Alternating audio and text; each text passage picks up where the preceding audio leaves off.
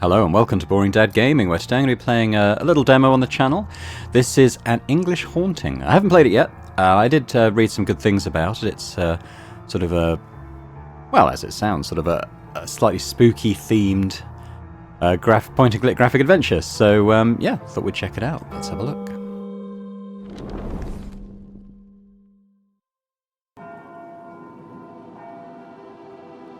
London, 1907.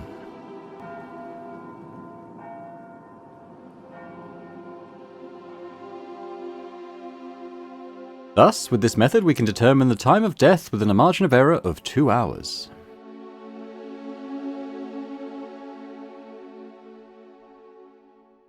You should ask Cooper. Me? Why not you? Hughes? Cooper? It would be interesting if you'd share your doubts with the class. Look what you achieved. Coward. Professor Moore? Is it true that you and Professor Ward are devoted to hunting ghosts? My, you have been badly informed. We are devoted to studying them, not to hunting them. Oh, what? No, it's nonsense. Ghosts don't exist. Do you have any conclusive evidence that could substantiate that statement, Mr. Cooper?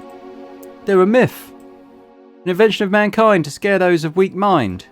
Those of weak mind, eh? Very well. Let's see. How many of you believe in God? You can raise your hands. All of you? Well, perhaps you should be studying theology and not forensic medicine. You can lower your hands. I suppose you think that the mere belief in him confirms his existence. Is there any supporting evidence? Any photographs? Have any of you seen him taking a stroll in Hyde Park? Has anyone talked to him? The Pope? Okay, let's set that witness aside for the moment. No one in history has been able to prove it. The only proof we have is faith, and that, regrettably, won't do. Look, gentlemen, neither I nor Professor Ward asserts that ghosts exist. We're cautious with regard to that matter, even if we have reliable witnesses, and there are a large number of cases. Are those arguments enough to accept this as a fact? No. We would be falling into the same trap you fell into with respect to God. We investigate these claims with the best tools science has provided us. That is, the scientific method. A method I advise you to use before compulsively raising your hands to defend your beliefs. I don't think my father would agree with all this blasphemy.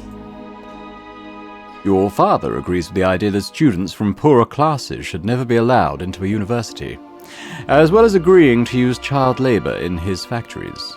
So, with due respect, Mr. Turner, you can take your father's opinion and... come in. Oh, I'm sorry to interrupt, Patrick. It's quite all right. What do you need? Look, the Dean wants to see you. Can't it wait? The lecture is almost over. It's a delicate matter, Patrick. Is it about Rose? No, it has nothing to do with Rose. Oh, what a relief. I was starting to worry. Talk to him, would you? I'll take care of the lecture. What were you teaching? The scientific method. Apparently these gentlemen don't get it yet. Noted.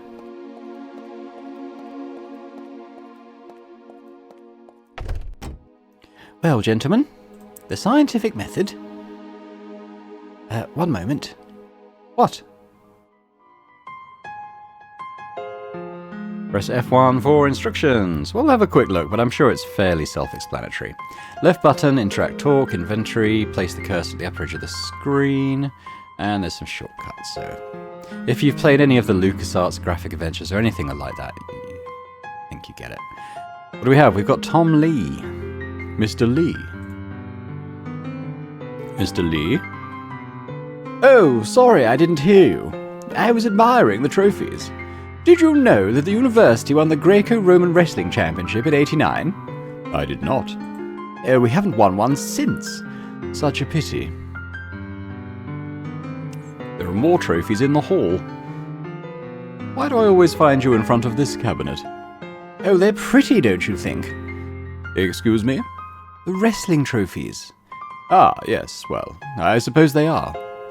And such a point of pride for the university, right? Yes, of course.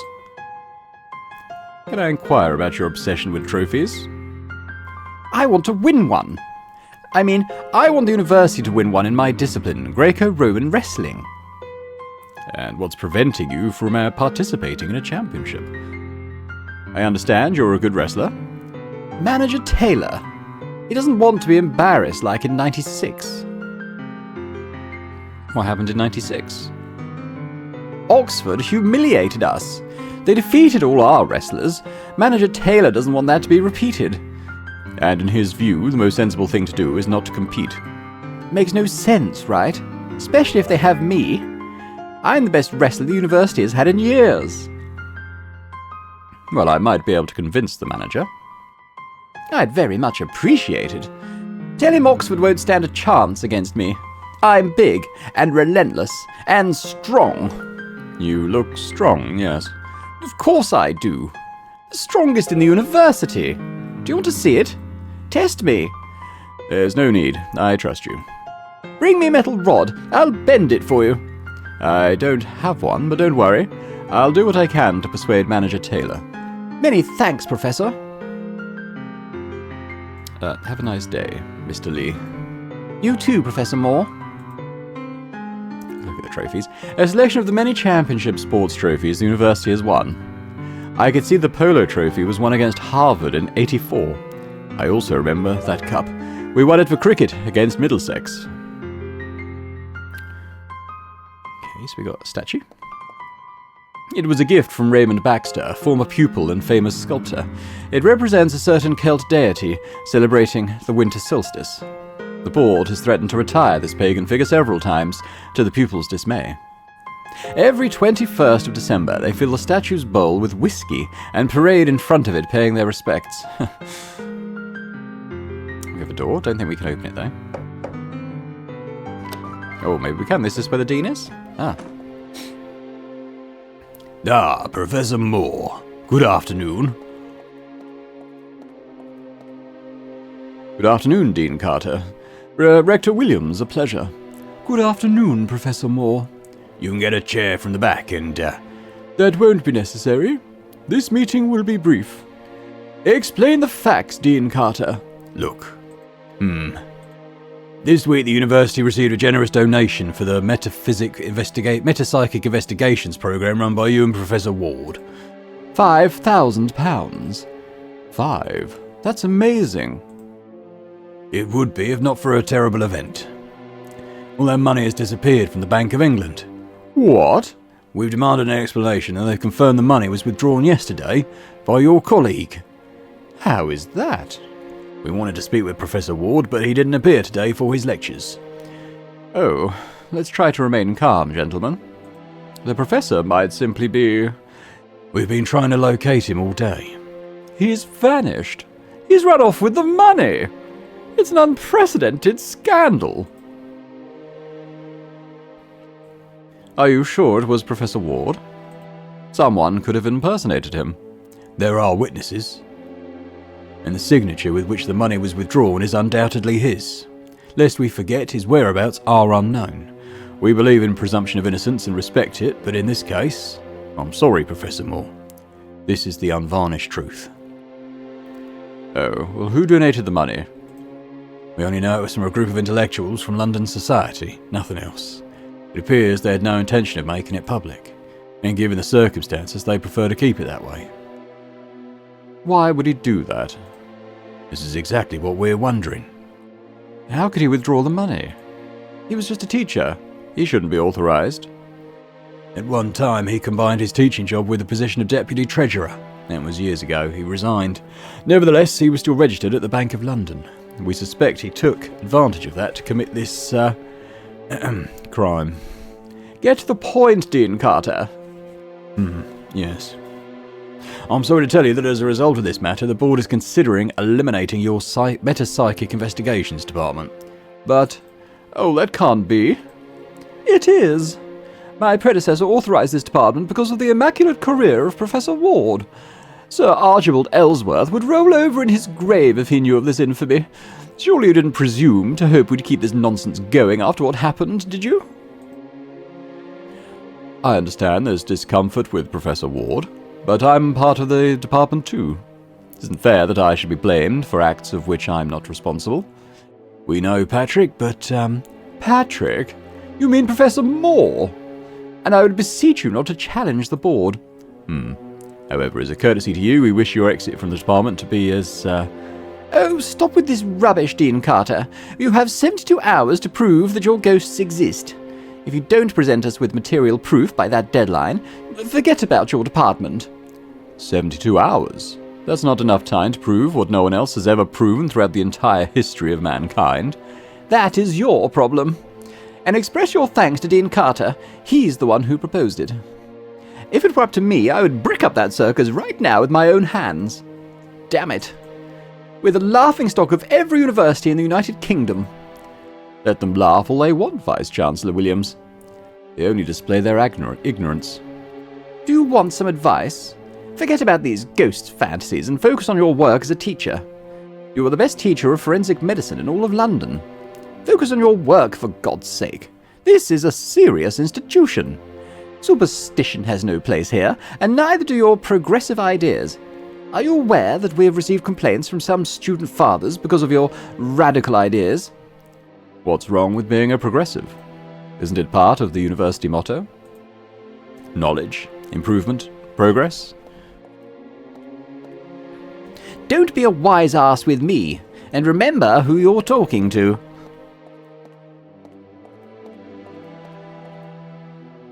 "72 hours, Professor Moore. Prepare yourself to say goodbye to a fantasy that never had any place in an institution as respectable as this one."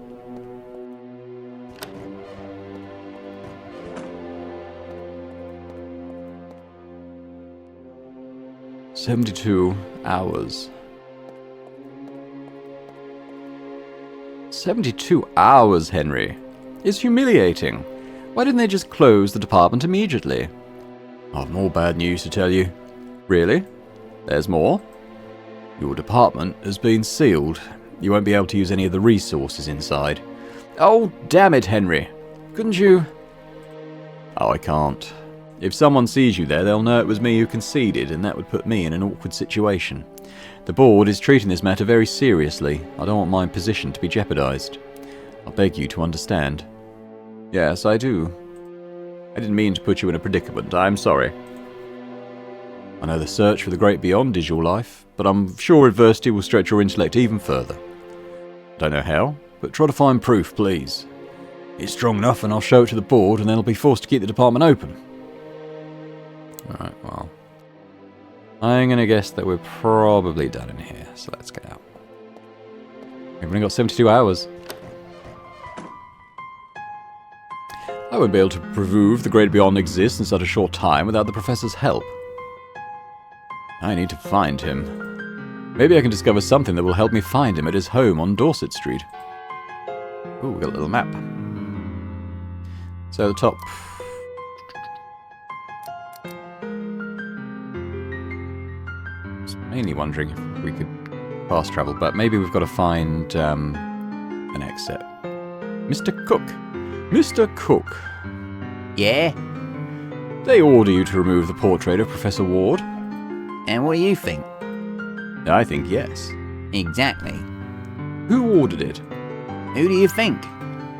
Vice-Chancellor Williams. "Exactly. Do you need help? I see you're finding it hard to remove a simple portrait. Do you think old Cook isn't smart enough to take down a picture?" Of course not. "Exactly. Wait a moment, does that mean I am or not?" You are smart enough to take down a portrait. Ah, good. Some genius thought it would be better to attach the paintings with glue instead of a pair of hook screws. In his defence, I'll say that not for anything in the world would I have suspected one of these illustrious professors was a filthy thief. You've already been informed, have you? Sadly. Who would have thought it, huh? Though it's not like it comes as a total surprise frequenting the places he did. But I will manage to take down this portrait with no tool. One only needs to know how to apply force. Thus said Pythagoras, give me a place to stand and I shall move the world. That was Archimedes. You don't need to correct me. I'm not one of your pupils. What places did Professor Ward frequent? A pub for one in the East End, the Red Lion. Someone of his stature visited such establishments. Ugh, how embarrassing. And in the company of a tart. One moment, what tart?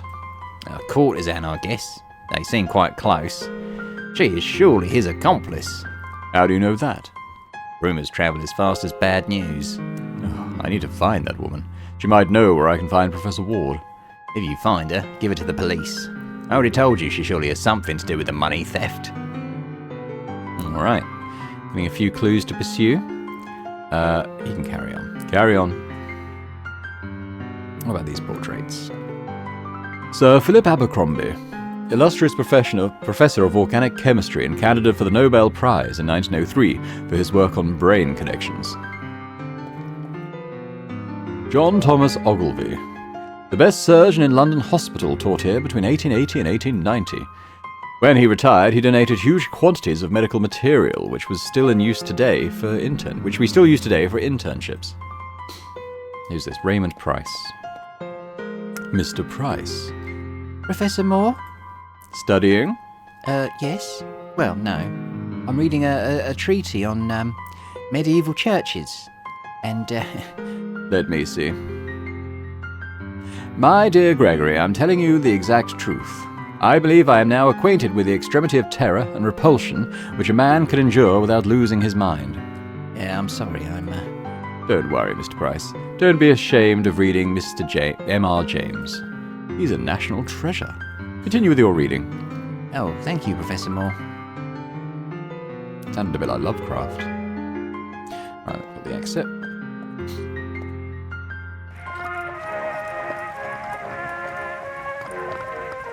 Okay, so we've got some clues. That's the university. Dorset Street is his home, and we've got the Red Lion in the East End. That's greyed out, though, for some reason. Let's go to Dorset Street.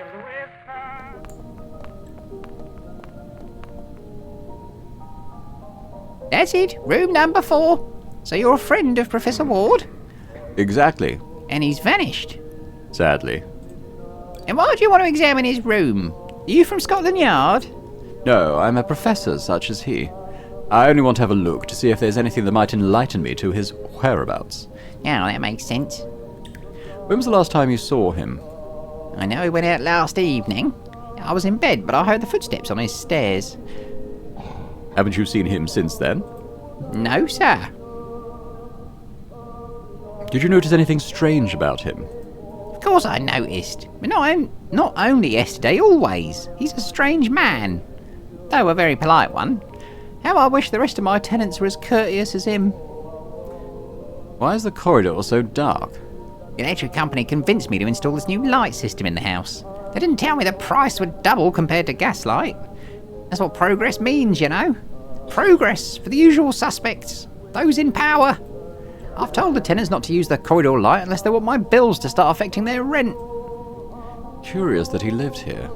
I mean, his salary was high enough to afford him a better place than this. This hovel? Is that what you wanted to say? I don't mean to offend you, Miss Dawson.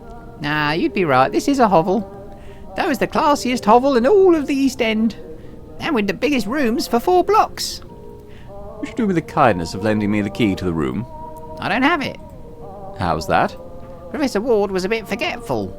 He asked for my copy of the key in case he lost his. It wouldn't be the first time that happened. So, he's got 2 keys. And me none. Yeah, that's it. How can I get into his room? You can wait for the locksmith to come tomorrow. I'm afraid I don't have that much time. Or you can try to open the door yourself. I won't complain. Please try not to break it. I'll be downstairs if you need me. So which door is his? Do we know? Can I have a look at the rules? No, we can't read anything because of the lights. I can't tell anything. It looks like a 4. Okay, so is this his room?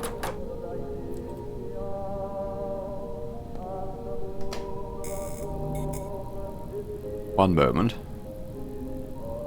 There's something inside the lamp. Ah. Can't reach it. Hey. Look at stuff. There's nothing inside the vent. Rules of the house. The rent is paid the first day of each month. Oh, is that it? Daisies. Nothing in the plant pot.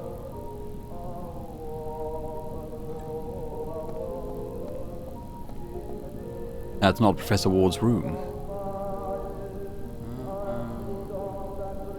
We don't currently have anything. So let's turn the switch off for now. Oh, he wants to keep it on. Okay, well, let's leave.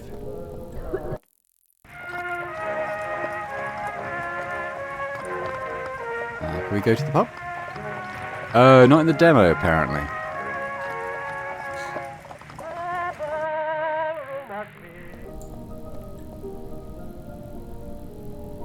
I mean, there might be something at the university we can get to help us reach that.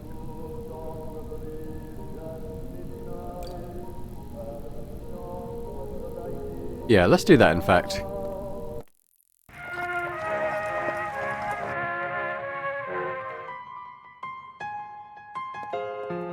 Maybe if we help him take down the painting, maybe we could use the bench.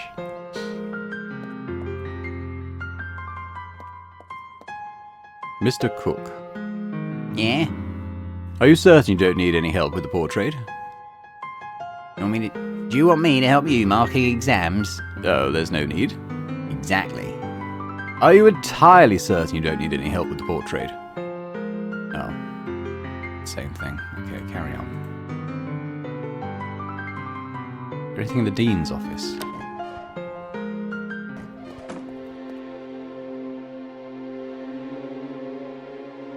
These books. Can I take the books and stand on them? The Jewel of Seven Stars by Bram Stoker. The Great God Pan by Arthur Machen. In the Glass Darkly by Joseph Sheridan Le Fanu. Williams would be angry if he saw you devoted time to these readings while working. Now, these books. I just received an order from that new library near the London Archaeological Society. Do you know it? No. Now you should see for yourself. There are some genuine jewels. I'll do that. Can I take them? Am I missing an instruction to, like, pick stuff up? Let's go to shortcut. Yeah, okay.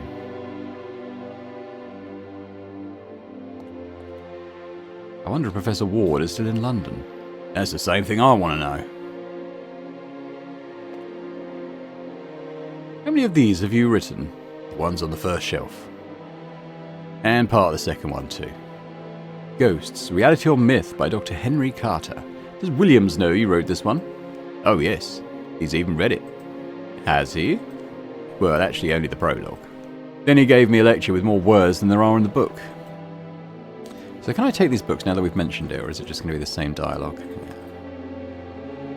Okay, so we haven't actually been able to pick anything up yet. I don't think there's anything in here.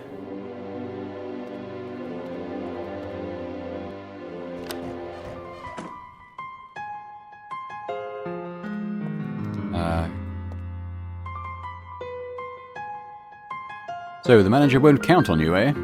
This is unfair. I'm big and relentless and strong. Oh yeah, we've seen that. He says he can bend a metal rod, so that suggests that that might be a solution to a puzzle. If we go back in the classroom... Okay, it's empty now. Anatomical skeleton. You need to be careful handling these anatomical skeletons because they're very fragile. Oh, we've got to, okay, that might be what we need to help us get the key by video game logic. It's full of flasks and test tubes. What is a flask of sulfuric acid doing in here? It should be in the lab. We're taking that. Okay, sulfuric acid, nice. Alright, well, we're getting some stuff here. Chalkboard. I believe it's time to get rid of this old eraser. Oh, we're having that as well, are we? Books. One on the top is Atlas of Human Anatomy by Dr. Oswald de Vries. I use it to illustrate my lectures. The one on the bottom is The Empty House and Other Ghost Stories by Algernon Blackwood. It serves me to help evade them. First 4 drawers are full of anatomy prints. The rest are intended for school materials. Okay, what about Frank Lewis? Frank? Bad news, right? Worse. The board is threatening to close down the Metapsychic Investigations Department if I don't present irrefutable proof within 72 hours. Proof of what? Of the existence of the Great Beyond. Oh, damn idiots. That's an impossible time frame. How dare they? That despicable Williams will end up getting what he wants. What do you think of what Professor Ward did? Are you asking me if I believe he's innocent? Is he? What do you think? I think neither of us is answering a single question. I don't know, Patrick. Nelson Ward is famous for being eccentric and impulsive. But that, of course, doesn't make him a miscreant. So you think he's innocent? The evidence of the crime is unequivocal. Though simultaneously I believe that if he committed such misconduct, he must have had a good reason. Not just a financial one. What reason? I cannot begin to fathom. I only hope this makes some sense. Have you seen any ghosts lately? God willing, this would be easy, right? How long has the Metapsychic Investigations Department been running? 3, 4 years? 4. And they want to resolve the great mystery of the life after death within 72 hours? They neither want to, nor intend to. I have been given that time frame. If I have been given that time frame, it's because Henry interceded. Oh, if only you could succeed. I'd like to see the faces of those decrepit geezers when you show them undeniable proof. I don't think I knew Professor Ward well enough. We had a very close relationship, but it was purely professional. I don't know a single thing about his life apart from him being the chief coroner of Scotland Yard before becoming a teacher. If I'd taken even a mild interest in him, I might have detected signs of what he would do. Don't punish yourself with that, Patrick. Nelson was very reserved. I doubt anyone in the faculty really got to know him. I should get going. Alright, that's not anything. Well, we've got a few things now, so I suspect we might have what we need to get that item out of the light, which I think might be the spare key.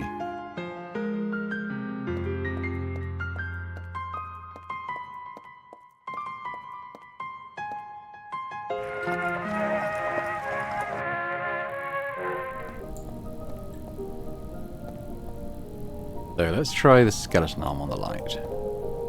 I could use the skeleton arm to carefully remove the crystal from the lamp. Damn, it's not long enough. Maybe a little jump will help. Whoops. What was that? Damn.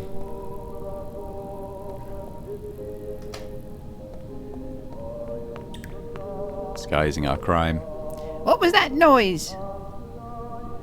I accidentally broke the lamp. Nope, I heard nothing. I suppose it came from room number 3.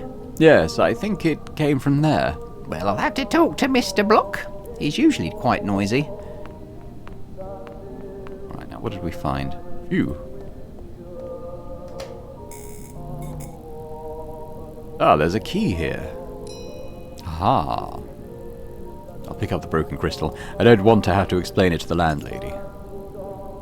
Where can I hide the criminal evidence? Aha.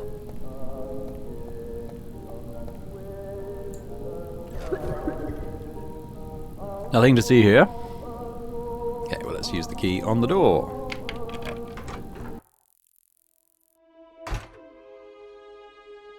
Map.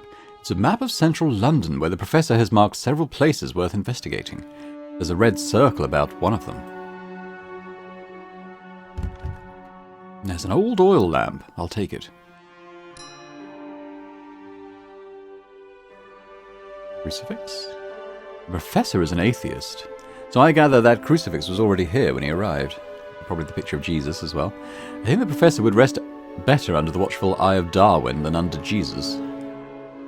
It's not very comfortable, though the professor wouldn't care. I've seen him fall asleep between classes in the most unimaginable places. I was going by the window, got some birds out there. Shoo! The street is full of tramps and drunkards. The professor felt more comfortable among them than among his colleagues. Desk. There's a notebook on the desk. The House of Benwell Street. It is discouraging to discover that all the places worth investigating were in the end either frauds or a waste of time.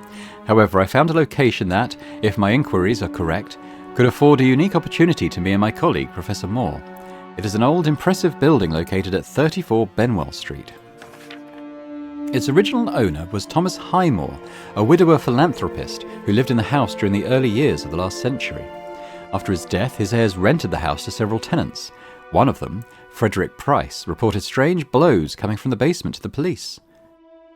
Raps?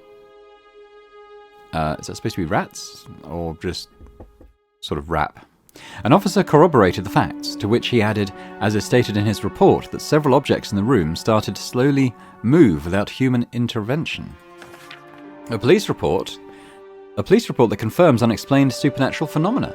Contrary to the account of a normal witness, which is always an act of faith to consider believable, this changes everything. No police officer of sound mind would cast doubt on his professionalism by falsely signing a report such as this. So we can be sure this is an account we can accept, and thus a very valuable one. Terrified, the Prices left the house 2 months later. Their place was taken by a Benjamin Jones. By searching through the documents of the estate agency that managed the property, I found a report stating that the tenant abandoned the house 4 weeks later due to constant, unspecified occurrences in the basement. In my investigation, I found 2 other cases with that basement as the epicenter of supernatural activity, but I have yet to verify them. I still haven't informed Patrick about this.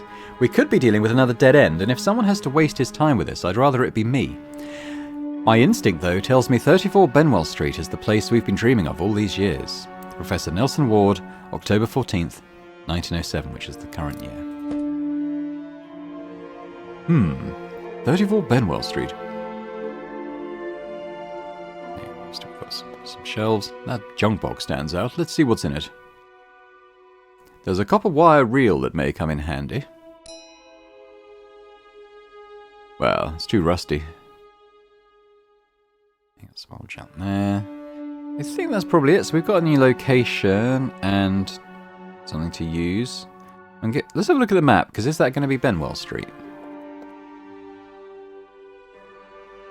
It must be 34 Benwell Street. Yes, exactly. Ooh, hello. Oh, that's nice. Was that like a little fast travel thing, or is it just showing us the rest of the game?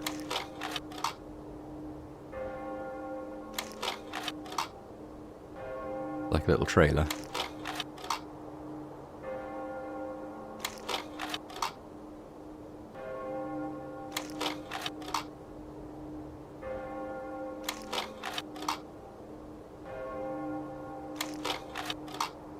Thanks for playing an English Haunting demo. Please consider adding it on your Steam wishlist, which I have done already.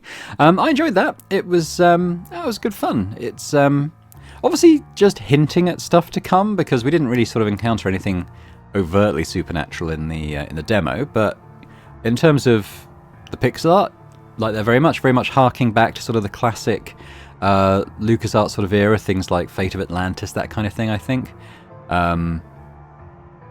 we had one puzzle, I think, in the demo. Hopefully there'll be more to come. But yeah, it's one to keep an eye on, I think, for me anyway. But let me know what you thought in the comments. Very interested to hear your opinions. And if you like the video, if you could hit the thumbs up button, that'd be amazing. And yeah, if you're watching this and haven't already subscribed to Boring Dad Gaming, it'd be amazing if you could do that too. So thanks very much, and I hope to see you elsewhere on the channel for other games and other playthroughs. Bye for now.